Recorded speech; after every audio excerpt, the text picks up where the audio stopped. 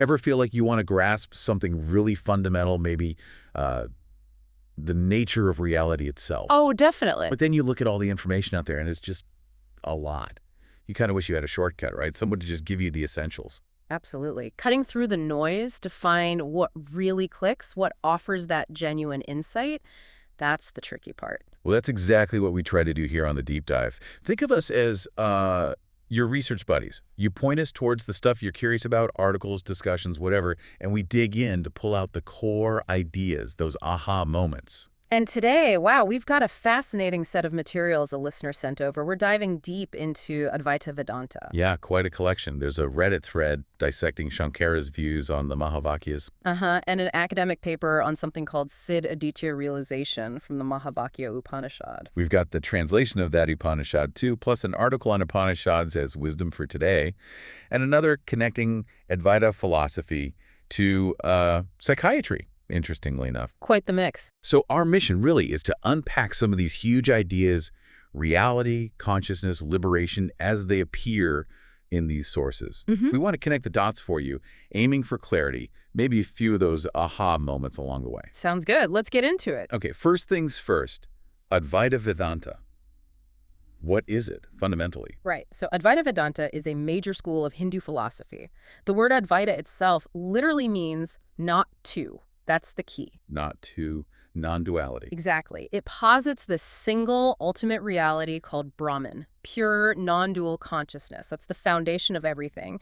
And the universe we see, all the separate things. That's the illusion part, Maya. That's Maya. The experience world is seen as an illusion, obscuring the underlying reality of Brahman. Okay, so if the world we experience is, in a sense, illusory, what are the core truths that Advaita puts forward? Well, it's often boiled down to three core statements. First, Brahman Satyam. Brahman is the only truth. Only truth, got it. Second, Jagat Mithya. The universe, this world we perceive, is ultimately unreal or illusory. And third, and this is the really big one personally, Jiva Brahmaiva Napara. The individual self, your consciousness, Atman, is actually identical to Brahman. Whoa. Okay, that's Right. Yeah, that changes things. Yeah. The idea that my core self isn't separate but is the ultimate reality. It completely reframes our place in the cosmos, doesn't it? Definitely. So this Brahman, this ultimate reality, Mhm. how is it described? What's it like? It's described using terms like Sat, Chit, Ananda, and Ananta. Sat means eternal truth, pure existence beyond time. Okay. Chit is pure consciousness, the awareness itself. Right. Ananda is absolute bliss, not just happiness, but profound, inherent joy. Mm. And Ananta means infinite, limitless existence. It's the unchanging backdrop to everything. In Maya, you mentioned the illusion. How does that actually work? How does it make things appear separate? Yeah, the Advaita and Psychiatry article had a useful analogy. Think of a movie screen. Okay. The screen itself is constant, unchanging, but the movie projected onto it, all of the action, the characters, the changing scenes seems real while you're watching. Right, but it doesn't actually change the screen. Exactly. Maya is like the movie. The universe appears diverse and real, but it doesn't fundamentally alter Brahman, the screen, which is always there. Similarly, our Atman, our individual consciousness, is said to give life to the body and awareness to the mind, like the projector light, but it remains untouched by the drama playing out. That screen analogy is really helpful. Okay, so moving on, the sources talk a lot about these things called Mahavakyas. Great sayings. Yes, Mahavakyas. These are hugely important. They're specific, powerful phrases from the Upanishads. And what's their purpose? They're essentially direct declarations of that core principle, the oneness of the individual self, Atman, and the ultimate reality, Brahman. They're like signposts, pointing directly back to our true nature. Got it. And the Reddit discussion digs into a few key ones. Let's start with Tativamasi. Thou art that. Right. Tat Tivam Asi. It's from the Chandogya Upanishad, part of the Samaveda. Literally, you, Atman, are that Brahman. Simple but profound.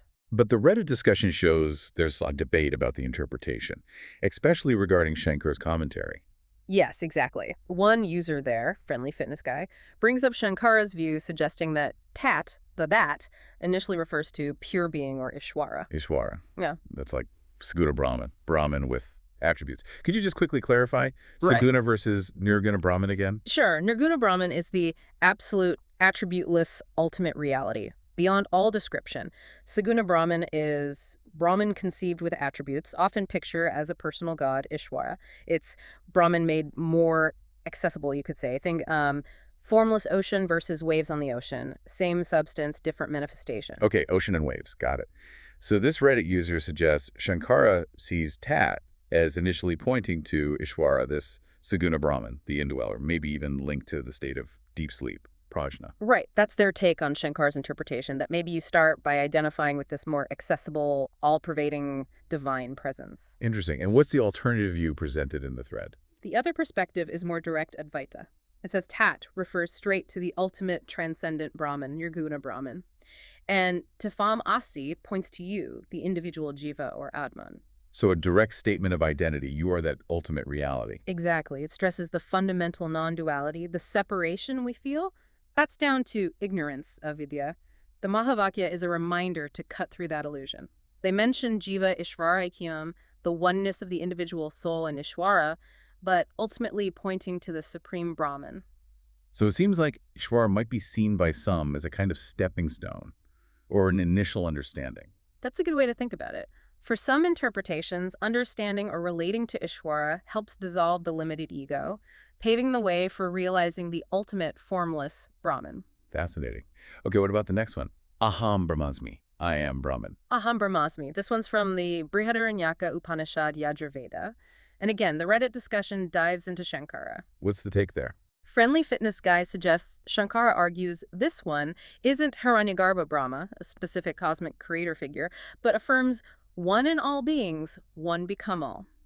Again, they link this supreme Brahman being pointed to here with Saguna Brahman, Ishwara, the indweller. So the same theme again? Yeah, the idea presented is that maybe the Upanishads first guide you to identify with Ishwara, this all-pervasive divine consciousness, divine bliss, and then you realize the formless Brahman as your actual self. It implies a kind of progressive realization. Then there's Prajnana Brahma. Consciousness is Brahman. Mentioned in the Reddit pred, too, linked to the Taittiriya Upanishad. In Shankara's view, according to Okay. that discussion. The interpretation offered is that Shankara says we reach pure wisdom, which is Brahman, the indwelling soul, the Antaryami Lord of all, by negating everything else, the neti-neti, or not this approach.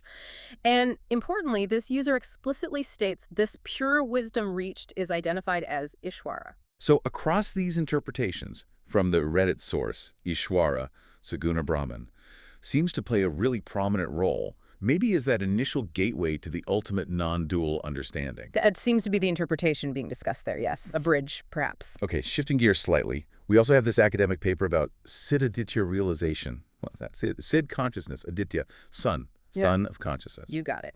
Siddhaditya realization, as presented in the paper based on the Mahavakya Upanishad, is about recognizing the source of consciousness, not just within you, but also seeing it as the source, illuminating the entire external world. It's like realizing the inner light and the outer light are the same sun.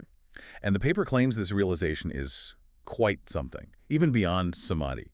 Can you remind us what samadhi is? Sure. Samadhi is typically seen as a very high state in yoga, a deep meditative absorption, a merging of consciousness with its object, bringing profound peace. But this paper, drawing from the Upanishad, argues Siddhaditya realization surpasses even that. It goes beyond yogic powers, siddhis, dissolution states, laya, and samadhi itself. Wow. So what does it lead to? It leads to truly understanding the unity of your individual consciousness and the universal consciousness. You realize yourself as Satchidananda. Satchidananda again. Existence, consciousness, bliss. Exactly, the fullness of being. Sounds incredibly advanced. Who is this teaching actually for? The paper uses terms like Tivratara seeker and Sattvika rhythmic temperament. Right. The Upanishad apparently stresses this isn't for everyone. It's for the Tivratara, the most intense, the fastest seekers. People with a Sattvika rhythmic temperament, meaning a mind that's inherently pure, balanced, harmonious, naturally turned inward, and crucially open to the guru's guidance or grace. Not for the easily distracted or impure mind, it suggests. And is there a specific practice mentioned for this? Yes, Hamsa Vidya. It involves focusing on the Ajapa Gayatri. That's the mantra that's said to be chanted automatically with every breath. Hamsa Saham. Hamsa Sam. Right. The practice is about discerning the connection between this natural breath mantra in Hamsa, which symbolizes Brahman, the sun of consciousness, linking your very breath to the ultimate reality. The paper also mentions Vidya and Avidya again, but specifically in this context. Here, Vidya means seeing the whole phenomenal world as Brahman, recognizing that sun of consciousness everywhere. Avidya is the opposite, seeing the world as separate from Brahman, just seeing forms, missing the underlying conscious unity. You need the vidya chaksis, the eye of wisdom, to overcome the tamodua, the vision clouded by darkness or ignorance. Like seeing clearly versus seeing blurrily. Makes sense.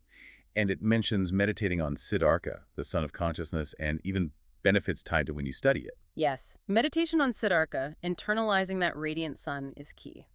And the Upanishad apparently positions itself as the head or most vital teaching of the Atharva Veda.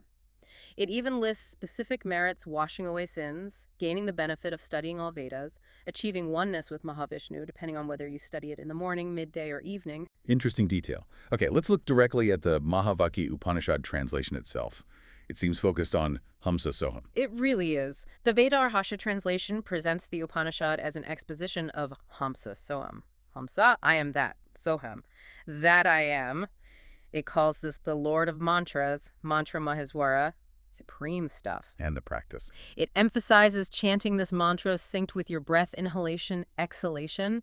This involves pranayama, controlling the life force, prana and apana, through specific breathing patterns like puraka, holding the breath in, and rachaka, exhaling. And the goal is very clearly stated. Extremely clear. The text says the aim isn't just samadhi or siddhis, those yogic powers. The aim is direct, unshakable union with Brahman, full stop. Wow. And it even attributes this teaching to Brahma's own insight experience, realizing the sun as Brahman through constantly chanting this Ajapa Gayatri, this Hamsa Soham breath mantra. And the description of that experience. Vivid. Shining like 1,000 suns, complete like a shoreless ocean. It strongly asserts that finding this Purusha, this supreme Parabrahman, brings deathlessness in this life, and that there's literally no other way to salvation. No other method for salvation. That's a powerful claim. It even includes the declaration, I am that sun. I am all the light that we know. It's incredibly direct. Okay, zooming out a bit now. Thinking about the Upanishads more broadly, based on those other articles from the Himalayan Institute and Vedic Heritage Portal, what's their general place in the bigger picture? Both sources confirm the Upanishads are seen as the final, culminating part of the Vedas. They're called Vedanta, which means both end of the Vedas and the ultimate knowledge or essence of the Vedas. Veda meaning knowledge. Right, from the root vid, to know. The Upanishads form the Jnana Khanda, the knowledge section, focusing on spiritual wisdom for liberation.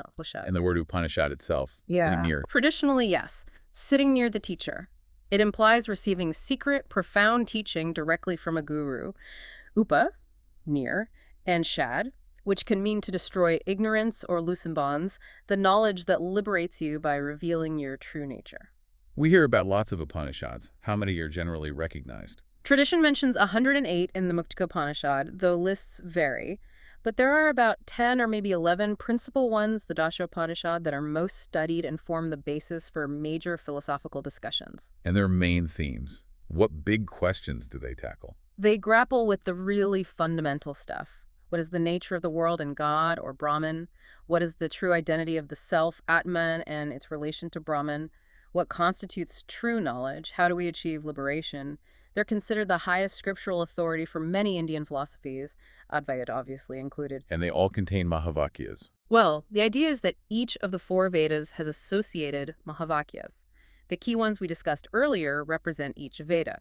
Prajnanam Brahma for the Rig Veda, Aham Brahmasmi for the Yajur Veda, Tattvam Asi for the Samveda, and another important one, Ayamatma Brahma, this self is Brahman, for the Atharva Veda. Okay. Finally, let's circle back to that article connecting Advaita to psychiatry. What practical insights or parallels does it draw? It points out several interesting connections. First, the importance of the guru-shishya relationship in Advaita mirrors the therapeutic relationship. There's a process. Shravanam, listening, mananam, reflecting. Nididhisalam, contemplating deeply. It's about guidance towards understanding. Like therapy guiding a patient. Makes sense. What about the different levels of reality? Right. Advaita talks about pradipasika, individual reality like dreams, Vyavaharika, shared everyday reality, and Paramamarthika, the ultimate non-dual reality. This framework, the article suggests, can help understand conditions like psychosis, where the boundaries between individual and shared reality might seem to break down. And the analysis of waking, dreaming, and deep sleep. The Upanishadic idea that the Atman, the self, is the witness underlying all 3 states. Jagrat, waking, svapna, dream, sushupti, deep sleep, resonates with the importance of sleep and consciousness studies in psychiatry, where disturbances in these areas are common symptoms. And the role of knowledge, you mentioned that earlier. Yes, Advaita insists liberation comes through knowledge, realizing the Atman-Brahman identity, not just through experiences like meditation alone, though those prepare the mind. This parallels things like psychoeducation and therapy, where understanding your condition is empowering, or cognitive behavioral therapy, which works by restructuring thought patterns through insight and knowledge. It's about knowing, not just feeling. And the analogies. The article mentioned some classics. Yes, Advaita uses analogies heavily. The rope snake is famous. You mistake a rope for a snake in the dark. Brahman is the real rope. The scary universe, or snake, is the illusion superimposed by ignorance, the dim light. Knowledge reveals the rope. The clay pot analogy. All pots are different forms, but fundamentally they are just clay. The universe is diverse forms, but fundamentally it's all Brahman. Okay. And the 10th man story. 10 men cross a river, count themselves, but each forgets to count himself, so they think one is missing. The problem is just ignorance, realizing I am the 10th man, realizing yourself, the Atman Brahman, is the solution. These analogies are like therapeutic tools, making complex ideas relatable. And the article even suggested broader implications. Yeah, it touched on how the core Advaita principle of oneness could offer solace and perhaps even contribute to solving global issues like inequality, fostering empathy by reminding us of our shared fundamental reality. Wow, okay. We've covered a lot of ground here, from non-dual reality in the Mahavakyas to siddhita realization and even psychiatric parallels. If you had to boil it down, what are the main takeaways from this dive? I'd say first, the core idea of Advaita. Reality is ultimately non-dual, one consciousness, Brahman. Second, the Mahavakyas are powerful tools pointing directly to our identity with that reality. Third, concepts like Siddh Aditya realization suggest profound states of understanding unity. Fourth, the Upanishads offer deep wisdom on these themes. And finally, these ancient ideas can offer surprisingly relevant perspectives, even when thinking about modern psychology. So here's something to maybe sit with after this. If reality is fundamentally one consciousness, one self, how might really taking that on board, not just intellectually, but maybe feeling it, change how you see yourself, how you relate to others, how you view the world? What shifts if we are truly all one? It's a deep question, and really this discussion is just scratching the surface. We definitely encourage you, if this sparked your interest, to explore these Upanishads and Advaita Vedanta further. Use the sources we talked about as a jumping off point. There's always more to discover about the nature of reality.